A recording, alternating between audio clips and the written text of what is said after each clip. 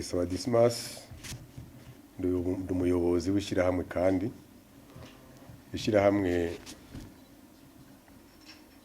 rikora amazi meza cyane, amazi aryoshye kandi azimbutse.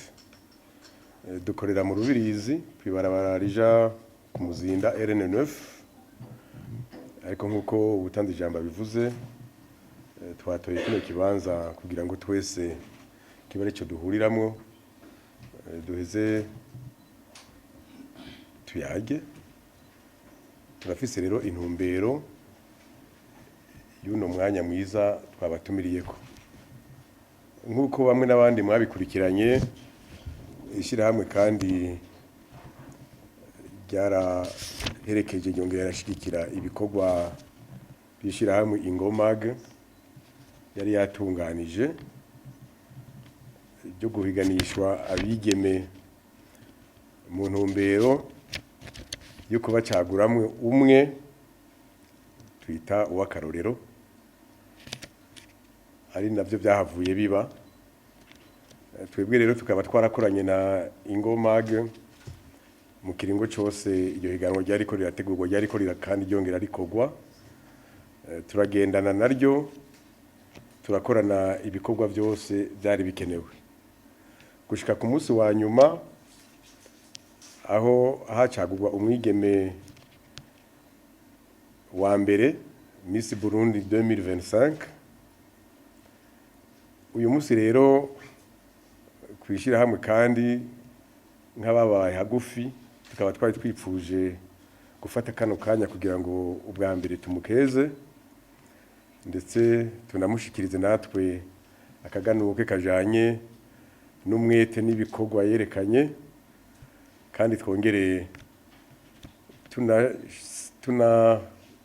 kore n'amasezerano y'uko tuzobahanya dukorana kugira ngo muri kino kiringo cy'umwaka mu mugambi wiwe afise dusangire imirimo katubere n'akaryo kuko natwe duheza tukabandanya tumenyekanisha amazi yacu kandi asanzwe ahurumbirwa na benshi, kugira ngo uwo bagisinziriye canke ubuzoba akivutse muri iyi minsi ya vuba nawe azamenye ibyiza by'iwacu hanyuma aheze abisangire n'abandi. Nuko rero turabashimiye ko ubutumire twabahaye mwabwitavye, kandi tukanashima ko tuza kubandanya dusangira umwanya mwiza mu rukurikirane rw'ivyo tugira dukorere hamwe muri kano kanya. Murakoze.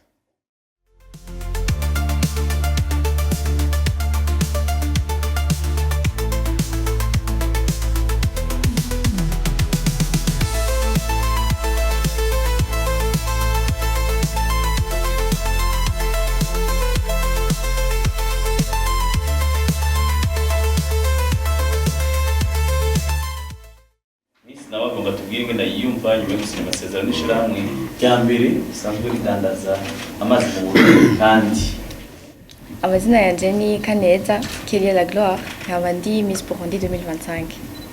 Hama ijambo la mbere nashaka gushimira ishyirahamwe kandi kubona ryaduherekeje kuva tukitangura irihiganwa rya Miss Burundi 2025. Aussi nkashima kwiteka mpawe cyo kubandanya urugendo nabo nkaba comme une ambassadrice de cette marque kandi pour une durée d'une année.